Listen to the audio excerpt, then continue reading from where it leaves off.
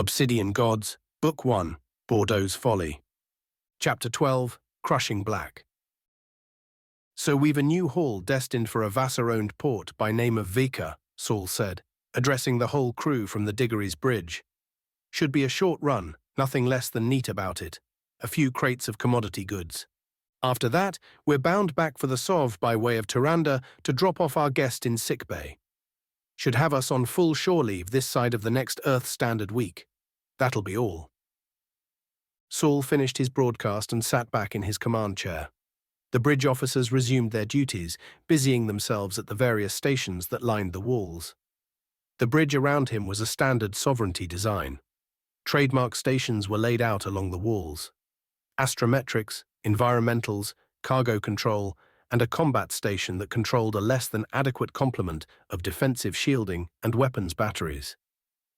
"We'll be leaving Rift Space in just under 10 minutes, Captain," Sergeant Donal Gall said, from Astrometrics.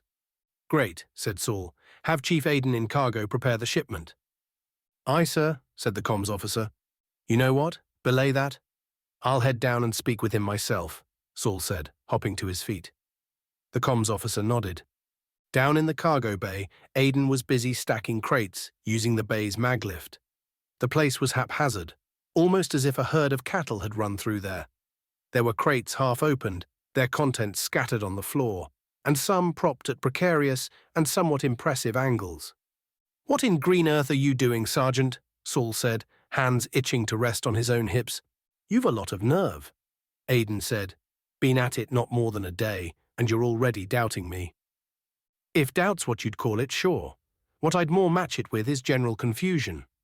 What do you think you've done with my hold?" "Fixed it," Aiden said. "Looks a few boards short of fixed." "Yes, I can see how it could look like that to you. Last guy was a hack, and it was you who put me in charge here after a long vacation on board that station. If there's any perceived matter in flux here, I'm afraid the blame is all yours," Aiden said, not stopping to look Saul in the eyes. "In flux?" Saul snorted. "Yes," Aiden said firmly. "The state you had your cargo bay in before was hardly up to SOV standardization practices, which I'm sure you are aware of. What you see now is a step forward. Any step in the right direction is better than what's before, if you follow." Saul shook his head, not wanting to argue, but there was something that didn't quite sit right. "Sovereignty standardization? You didn't forget that we've gone ahead and turned ourselves rogue, had you? This ship along with it." "Aye," Aiden confirmed, "but your wholesome crew doesn't know that. Seems to me you'd want to keep up appearances on the eve of our illicit deal and all." That he hadn't thought of. "You've a point, so why not just say it?" "Chaos." "Chaos?" Saul asked, puzzled again. "Keep up, Captain, keep up. The more it looks like the new hire, that's me, is at odds with the good captain, that's you, the more distracted your crew will be when the time comes. Give them something to gab about." "Right," Saul said, brushing the matter aside. "And where are we? With the cargo for your contact, I mean." "Cargo's great. Stacked it over there by the Herald before I started all this mess. Didn't want it to get lost in my carefully constructed abyss." Saul spied the crates marked with the Par Abad's emblem in a neat pile by the rear side bay doors. He shook his head, laughed, then turned to go. "We're 5, maybe 6 minutes out. Try to tidy what you can." "No need, I'm ready to move as is. My contact will be meeting us on the float between ships. Less funny business that way." "You're kidding," Saul scoffed. In all his tenure in the merchant navy, he had never heard of deals being conducted in vacuum. "Afraid not, Captain," Aiden confirmed. "It's for anonymity's sake. If we never breathe the air, or better yet, drop biotraces on board their ship, and they never do so on ours, then there's less to leave behind, less to track. No definitive record of them ever setting foot aboard our boat, and vice versa. Trick of the trade, you know." "Smart." "Self-preserving, more what it is." "Be that so. I'll be taking you with me to make the swap." "You're the boss." "I'll tell Titus to prep 3 suits." "Golden Boy is coming too, then?" "He's read up on the situation. Would be nice to have the backup." "Never said it wouldn't. So long as you trust him not to point and stare at our less than reputable friends." "He won't." Saul turned to leave. What did you say your contact's name was? I didn't, but if you're that concerned, it seems he or she calls themselves Dusk. Saul didn't say anything, simply raising a fat black eyebrow and turned to go. Another ship's opened a rift and dropped out into real space, Captain, said the bridge bulletin officer. They're pulling up beside us now. Thank you, Sergeant. Best they not show on ship-wide telemetry if you follow, he said. You're the boss, Captain, the bridge officer said. Telemetry's dark, save for the stars. Say, Captain, should we be worried about the markings on this ship? Markings, Sergeant? Salt said, confused. That's just it, sir. There isn't any, said the sergeant, hesitating. Any ship, be it sovereignty, herd, vass, or otherwise, should show colors of some kind. This one's just a grey brick. Titus, who was pulling on the trousers of his barely fitting environment suit, flashed him a look. The sergeant was right. This was strange. Every vessel traveling human space had some sort of identifying marks to distinguish them as friendly, and as such would mark its acceptance at specific ports and stations. The fact that this ship had no markings meant it was either deep covert military or backed by some serious money to be able to hide it this far out on the edge of human space. Nothing we weren't expecting, Sergeant, he lied. Thanks for that keen eye. Affirmed, said the sergeant, signing off. You better be right about these ones, Titus said, directing his disquiet at Aiden. You've nothing to worry about. Men on his crew and I go way back. Way back? Saul snorted. Well, as far back as the bottom of a few drinks back at the bar. Titus snorted, then continued squeezing into his suit. He finally fastened it with a dull snap. Saul and Aiden zipped their suits up with ease, then moved to help Titus push the cargo towards the airlock. I've got them on bulletin, Captain, Aiden said. Tell them we'll open the door for them, Saul said, proceeding to vent the compartment and pop the airlock door out into the black. The starfield outside shone as dull flecks against the shielding on Saul's face visor. His visor-embedded screen flickered to life, plotting the path he would need to maneuver the crates over to the central point between both ships. Each one of them took a crate and, securing it to their torso-mounted grapples, pushed off into the void, using their thrusters to make their way across the gap. There's 3 of them, coming out now, Aiden said. They asked me to open a bulletin with you. Accept, Saul said, prompting his visor to join the call. Captain Kalmos, a sneering voice said with forced emphasis. First time I've found myself dealing with naval types. The 3 men drifted to a relative standstill several meters away from them. Well, then you'll have to keep looking. It seems we've recently retired from that line of work, said Saul. As it were, I see you've brought some gifts for me. Titus snorted in Saul's ear on a private channel. You know me, it seems. I suspect you pulled up my record when you got your first sight of my ship. But what can I call you? For the purposes of this meeting, you may call me Dusk. Saul didn't know what more he was expecting. He figured he might as well dispense with pleasantries and get the deal moving. This is the cargo, everything my Chief Aiden here sent over in our message. I must admit, the man known as Dusk said, I found your claim hard to believe at first. Native Earth-ocean life this far past the death of our home. Amazing to think, don't you agree? Finally, Saul could sense some emotion out of the man. Amazing, sure. Valuable more what it is, Titus said. The man didn't react, not knowing from which of the men to either Saul's sides that had come from. Well then, let's get this over with. I have in my hand a data crypt with 4 million standard credits worth of vast currency on it. As human currency is so readily traceable, we feel that trading in foreign currency is the safest avenue. He pushed the palm-sized data crypt across the empty space over to Saul.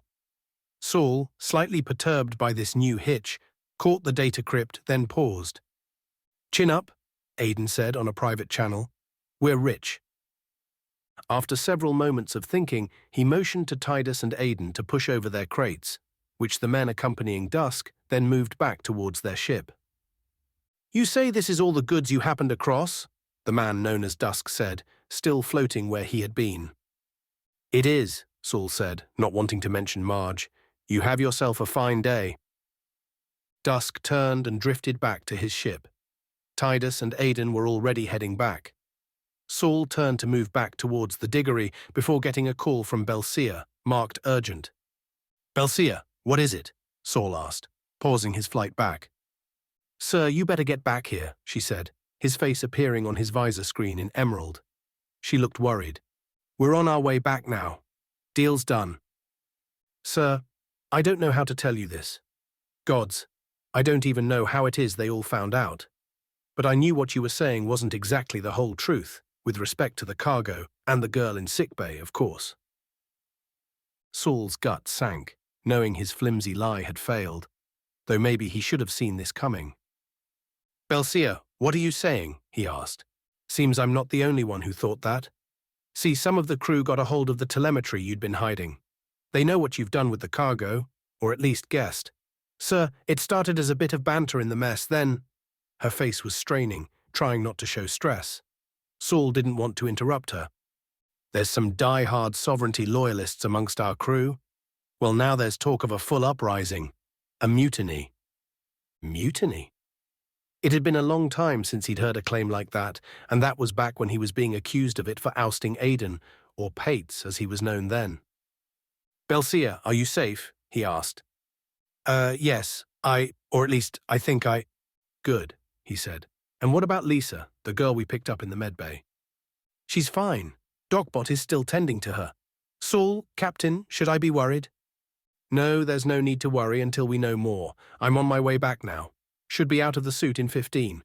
Go to the medbay, see to our guest." "Medbay. Got it," she said, her face fading to the black of space outside. Aidan cycled the airlock just as Saul reached it. Apparently, he too knew something was amiss. Titus as well, as he began hastily removing his suit and helm, just as the airlock cycled to green. "Titus, Aidan, I take it you're aware?" Saul asked, his head still spinning. "Belcia gave us the news. It seems history's about to repeat itself," Aidan said. Saul can see he was almost amused. "Hardly," Titus said. "Last time when the captain gave you the boot, it could be argued unwarranted. This time, however—" His words hurt, but Saul knew he was right. Last time it was greed and professional drive that led to him removing Aidan from command. Now, though, the crew may be within their rights to a full-on revolt. Or at least, that's how the sovereignty would see it. Even before he reached the mess hall, Saul could sense the commotion. Along with the litany of chatter echoing out towards him, he could make out a distinct voice at the center of it. The man who served as the voice's origin remained seated when Saul entered, barely making any effort to notice Saul's presence. Saul recognized the man as Chief Steward Raymond Dupal. Chief Dupal kept speaking. "And we've been led down this path without any semblance of knowing cooperation on our part. We've been duped, been made a fraud of our own governance. And that man right there," he pointed his whole arm at Saul without turning his head, "that man right there is to blame." The crowd turned to see him in unison, and the chatter ceased. Saul knew the other shoe was about to drop if he didn't say something to sway things back his way. "The situation is far from ideal, as I know many of you can plainly see," he said, trying not to sound patronizing. "Far from ideal? That's rich," an unknown voice spoke from somewhere in the crowd. "You've a lot of nerve showing up here after what you've done, Kalmos," Dupal growled. "Why should any of us listen to anything you have to say?" Saul didn't know what to say. As far as he felt, the crew was right, and he was in the wrong. Maybe he had been selfish for dragging them all into this. "Lay off the captain," an out-of-breath Belcia said, as she pushed past a few members of the crowd into view. "He's only looking out for us, don't you see?" A weakened Lisa Hotaino followed closely behind her, dazed and yet unsettled by the sudden circumstances she found herself in so soon after waking. The way she said it almost sounded sincere. He knew he was going to have to really make it up to her later. "Yeah, and how's throwing our lives away to our benefit?" Dupal snorted. "From where we're sitting, looks to be like the captain unilaterally made a deal with criminals, not once but twice, was directly involved with the murders of 2 and capture of 1 section security officers, and not only that, but lied about it to his crew, all while making us complicit in his crimes. Or did I miss something? The crew members in the mess began to chitter amongst themselves again. Pretty much sums it up, Aidan said from behind Saul, thankfully too quiet for Dupal to hear. Chief, Raymond, please let me explain, Saul said, his voice crackling under stress. Titus laid a hand on his shoulder and nodded before stepping forward and slamming a fist on a mess hall table. The loud crunch silenced the crowd's uproar in an instant. Titus gestured to him to begin. He knew this was his last chance to right the wrongs. My crew, he began, I have wronged you. I can see that plain as day. I have acted not as a captain should, but selfish and unjust. I should have asked before leaping us off this cliff. A few of the crowd began nodding along with his speech. But that does not deal with the question we now face ourselves with. What do we do from here? Saul paused. As captain, I have seen my fair share of how the sovereignty operates, how they treat their crews, especially in such far-flung routes as we have found ourselves running of late. For the first while, I channeled my disquiet into career advancement, into making captain. I thought that maybe life for myself would be brighter on this side of the pond. But I was wrong, and nothing here is any better than from where you find yourselves sitting now. And so I dreamed of something more. Why now did I choose to react? To drag you all into this at this pinprick in time? Was it chance? Was it momentary selfishness? Was it some divine providence? Well, I can't say much for the latter, but it was something. But here we are now, at the precipice. I may have made the decision to start us down this path, but it remains in your hands whether to turn back to the cold existence under the Sauve, or to follow me unto uncertain waters. It is now that we can become what we wish, do as we please, and serve to master but ourselves. As Saul finished, he looked about the room. Much of the crowd did the same, apparently not sure of what to make of his speech. There was noticeable discord rising.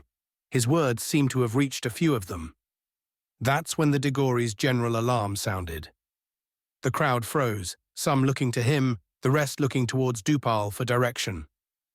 Proximity alert. Proximity alert. All wall screens and hand terminals scattered throughout the crowd were now flashing.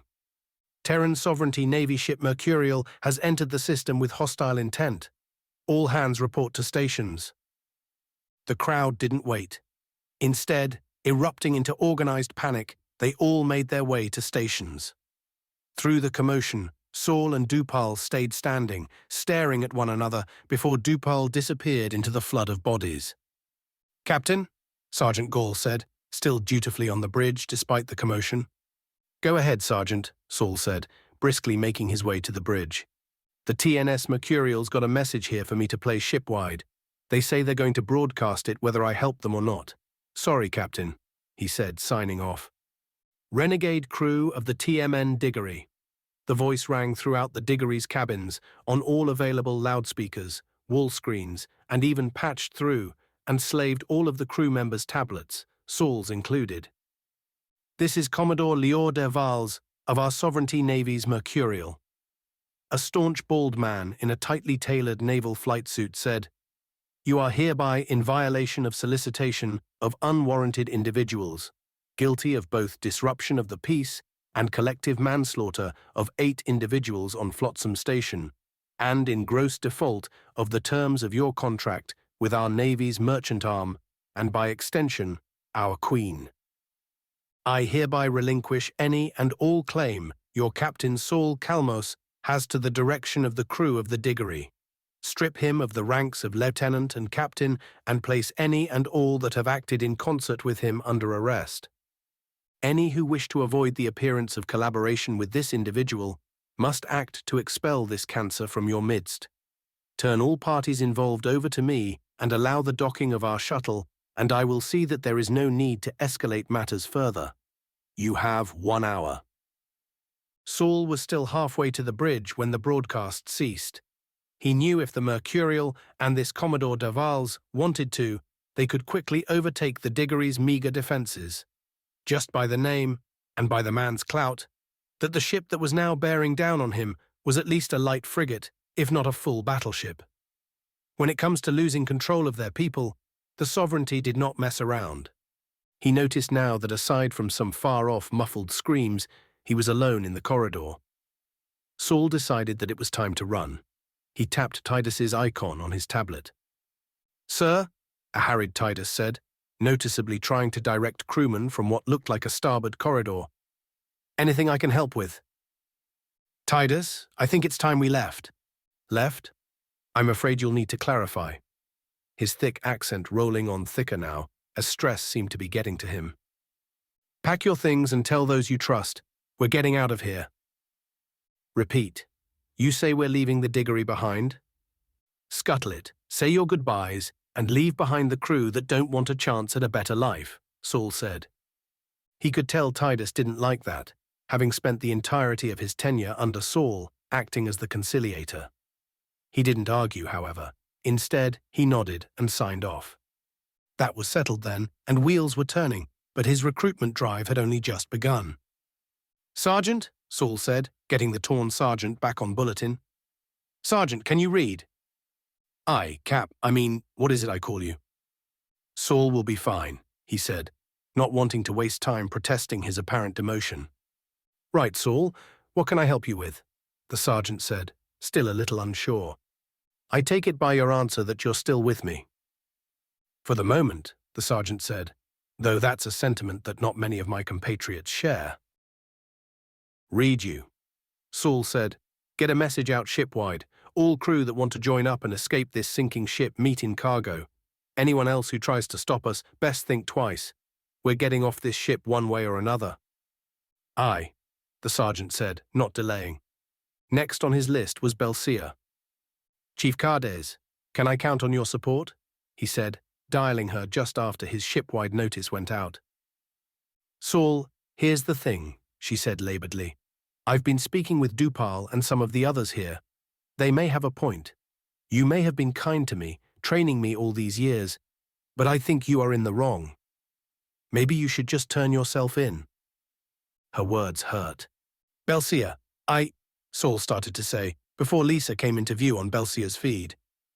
"Saul Kalmos, you have a lot of nerve thinking that after you stole, plotted, and murdered your way through my station, not to mention kidnapping me, that you still have some moral high ground. If you don't turn yourself in, I swear to gods on high that I will do it for you, lest you drag the rest of these poor souls down with you." Saul killed the call. He let out a heavy sigh but decided to make one last call. "Aiden?" "Here, Cap, what can I do for you?"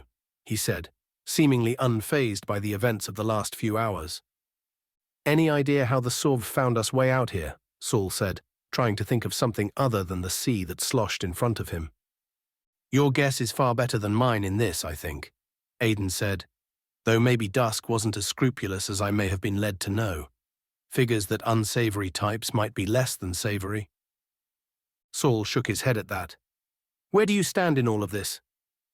"I haven't any idea what you could be getting on about. As far as I see, Sov is reaching again where they don't belong. We're not even in sovereignty space, let alone any of the human hold worlds, come to think of it. A point. Though I don't know what good it does us. We're laughably outgunned, and with the crew split as it is, we're outmatched. Any ideas?" Saul said, stabbing at the sky. "You've one choice as I see it." Aiden started. "Don't say turn myself in," Saul signed. No. Well, maybe at first." "Just spit it out," Saul said, growing impatience making him feel sick. "Act like you're turning yourself in. Send a shuttle, pack it with fuel cells, and boom, Mercurial lights up like the Capitol on Colony Day." Saul knew what an act like that would mean for him. So far as he was concerned, right now he was an outlaw, a thief, even an arguable party to murderers. But blowing up a naval ship like that would lead to an all-out manhunt on his part. "You think I'm crazy enough to do that?" "Maybe not. You did allow the presence of explosives in the last heist. Just find yourself another Sophon, and we'll get the ball rolling." "That was different. There were no innocent people involved.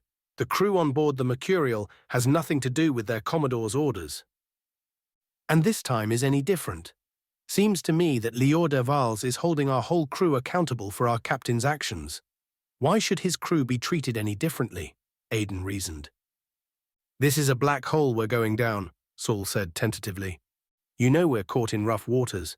There's nothing we can do but find our footing best we know how. And a bomb is our only answer? Way I see it, it is, Aiden said, reaching into his jacket pocket and retrieving his tablet, which seems to have been already dialed into a call. What do you say, Titus? Any objections? Saul was blindsided. He hadn't expected Aiden to go around him like this, let alone contacting Titus of all people on his own. Seems there's little choice on our part, Saul, Titus said, using his first name for once, which showed how serious he was. And besides, I've got those trusted individuals with me that you requested. Seems there's a weakness on the Mercurial's hull far from any crew quarters. Should cause a bit of crippling damage and not harm their life systems or crew. For once, Saul felt a little relieved. Maybe with Aiden's quick thinking and Titus's steadfast backing, he might just get through this mess. You've got my sign-off, he said.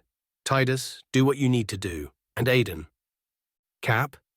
Send a burst over to the Mercurial. Let them know that I'll be turning myself in, he said with a smirk.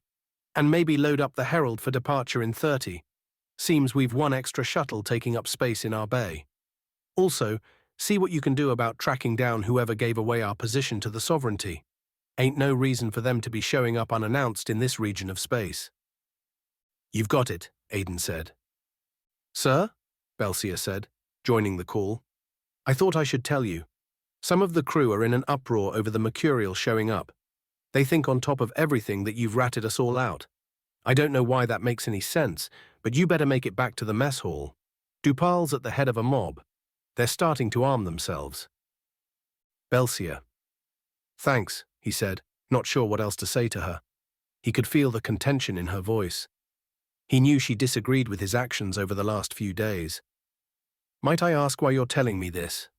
She paused. I'm not Crystal, really. I guess, faults or no, you're still my captain at the end of it. Saul felt a little relief. Though you'll be making it up to me once this is all done. She finished and signed off. Saul, his heart heavy, headed back toward the mess, but not before stopping in on his quarters and grabbing his sidearm. Earth be damned if he was going to face Dupal unprepared again. Saul arrived at the mess to find it empty. On his terminal, a chime followed by a single line of text from Belcia. I'm so sorry. Please forgive me. Saul barely had time to react. The doors at either end of the mess ground shut as a sort of shocking testament to just how undermaintained both the diggery and his relationship with the crew was. Shots began to ring out, one flashing by Saul's face, another clipping him in the meat of his right leg. He dropped low, took cover behind a pillar and opened fire, remembering his training from years ago. Men, Saul said, his voice full of rage, you must hear me. Your words are poison. As far as we're concerned, our captain is already dead, Dupal said from the far side of the room, his voice muffled by sporadic gunfire. For a moment, Saul felt nothing but shame. He had led himself into this. He had selfishly started the chain of events leading to him defending himself from his once crewmates alone, outgunned and bleeding. He looked down. The gunshot that had impacted his lower thigh had made far more damage than he had assumed. It wasn't until now that he realized how much blood he was losing on the floor.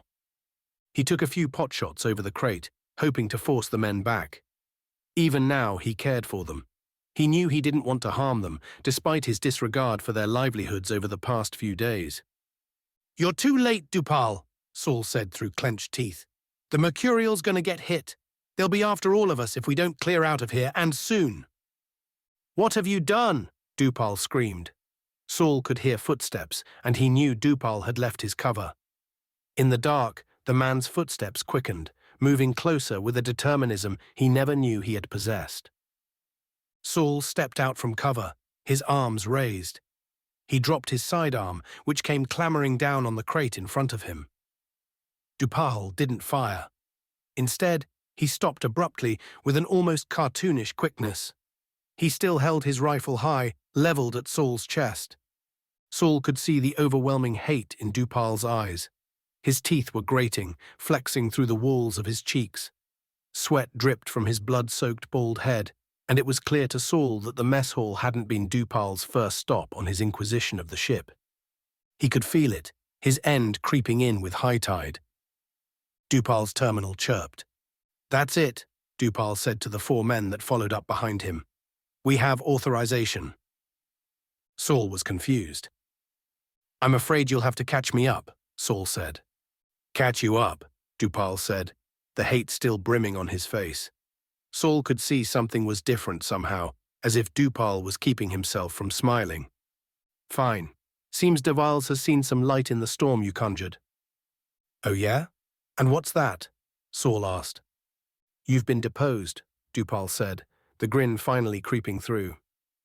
"And you promoted in my place, I take it?" Saul said, hardly surprised that Dupal had been stupid enough to fall for this. "I imagine as much that if I were to say de Vals was playing you, you wouldn't believe me." "You'd be correct," Dupal said, dismissing his concern. He typed something quickly on his terminal.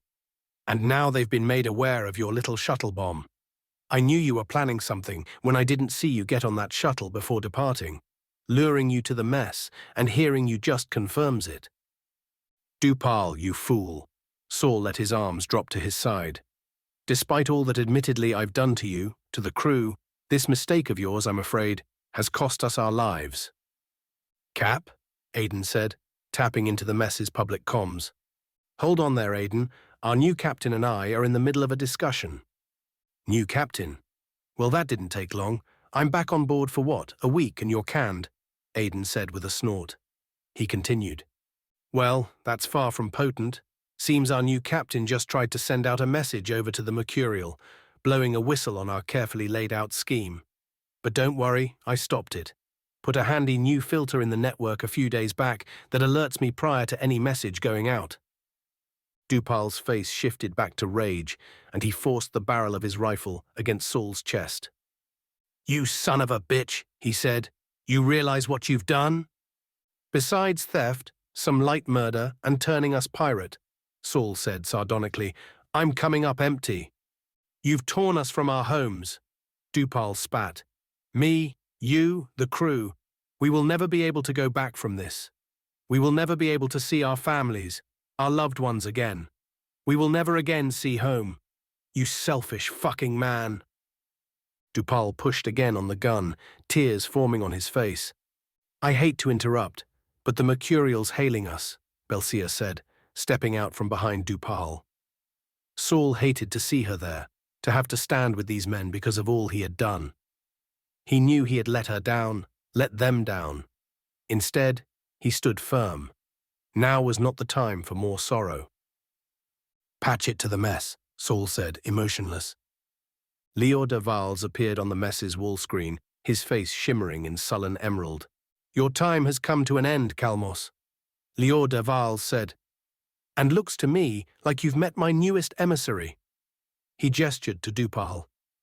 "You've to turn yourself over to us now, where you'll be hastened back to sovereignty space to face retribution and sentencing. Failure to do so will result in the deaths of each and every one of your crew." Dupal turned. "You said they would be unharmed. And they will remain as such as long as the criminal in your midst, his accomplices, Titus Bacon and Francis Aiden, are turned over to us without further delay." Leah snorted condescendingly. "I'm afraid that's no longer possible," Saul said. For a moment, he thought maybe he should have taken the snooty Derwals up on his offer, sacrificed himself to redeem the crew. He could feel his selfish decisions forming a crumbling foundation beneath him. It no longer mattered, however. At this very moment, a shuttle dark against the black of the void was on its way to strike the Mercurial, freeing him from any decision he could make from this point. "You see?" Saul began to say. "Sir." Dupal cut him off. "Sir, I tried to send word.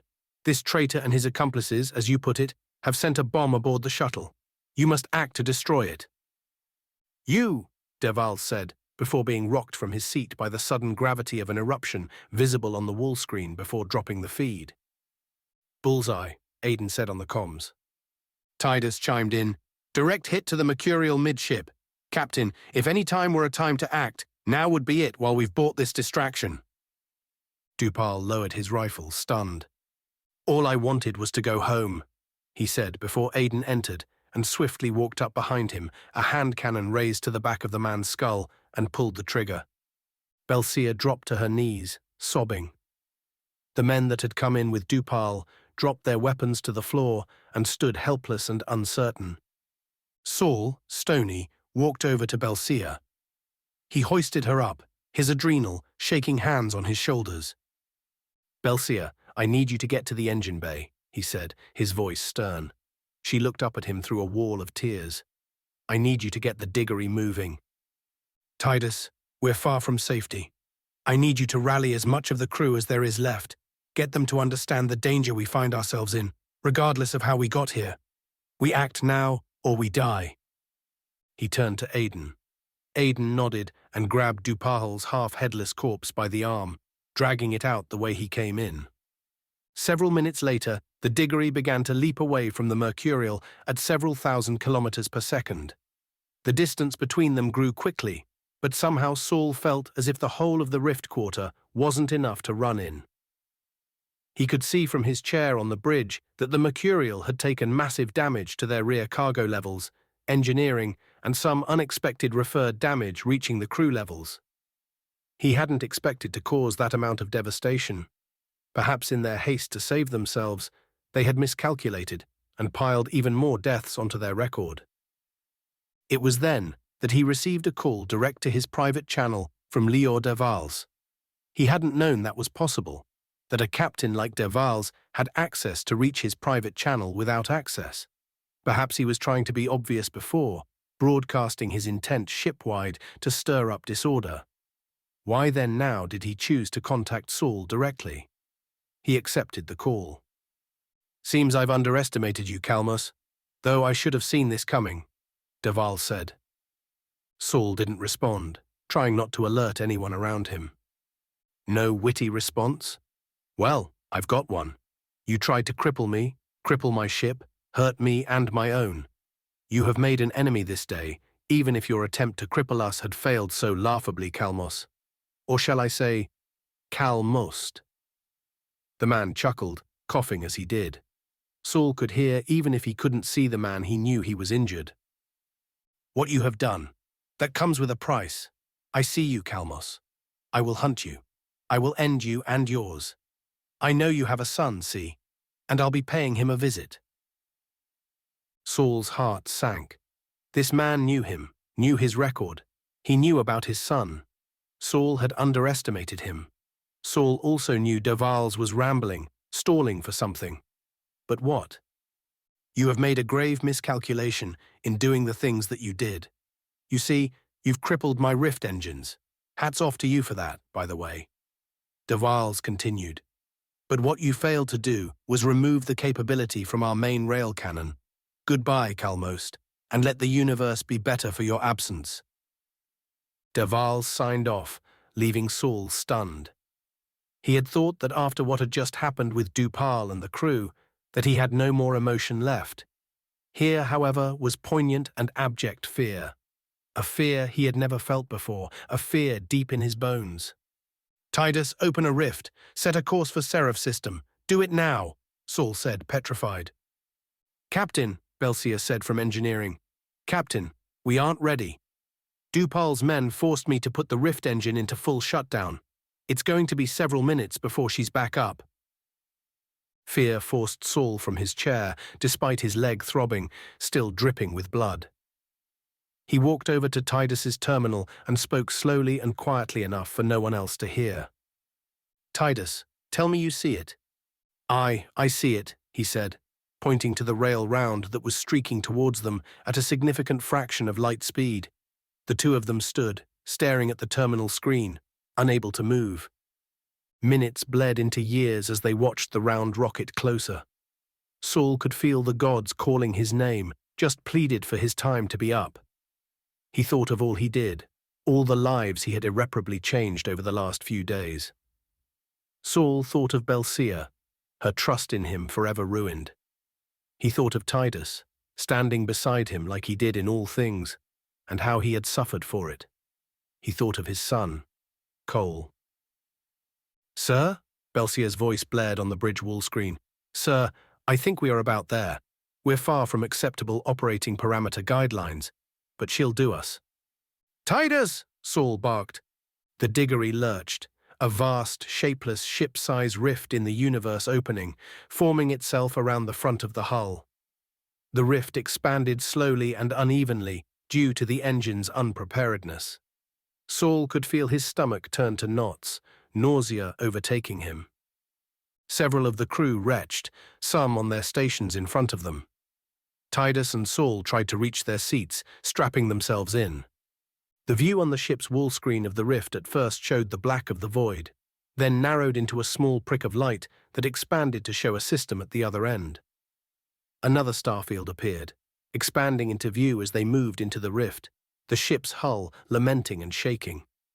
The rail round struck just as the diggery's aft section passed into the rift, and the rift began to close, careening the ship into the void of the rift with such force that Saul had to fight not to black out. He could see that the starfield ahead of them had gone. The rift had closed behind them, and they found themselves hurtling through the empty black with no markers, no sign of where they were. Titus, can you hear me?" he said.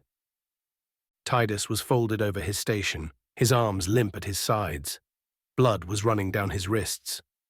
"Belsia, are you still?" Saul said, opening a ship-wide channel.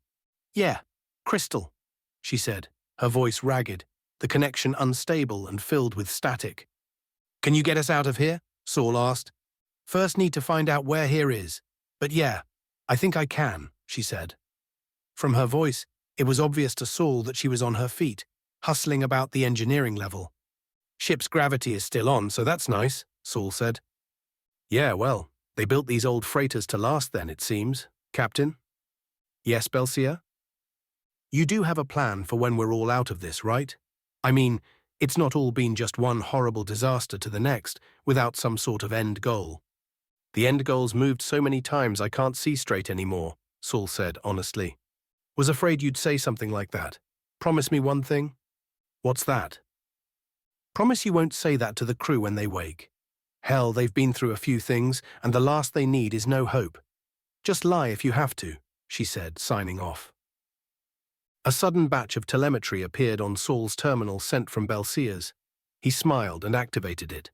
Saul could see from the readouts in front of him that he had lost nearly 80% of his fuel reserves, as well as in-system engines. Life support, gravity, support systems were still active, though limping along. The ship lurched again as the drive came on, the engines attempting to right themselves. The rift projector righted itself, refocusing and opening a starfield at the other end. The computer showed that the stars were not of the Seraph system, but of one unknown to the computer's charts. Saul sighed. One more problem this was, and deactivated the drive. The ship limped out into the uncharted system, just as the main rift engines went offline and unresponsive. "Shit," he said. This has been Chapter 12, Crushing Black, of Bordeaux's Folly, Book 1 in the Obsidian Gods series. Original content written by Eric Berndt, all rights reserved. Thank you to my patrons on Patreon. If you would like to read ahead and not wait for the next video, you can find all of my chapters free of charge on my Patreon. Books 1 and 2 are complete. I am still working on 3 and 4 ebook. Thank you for listening.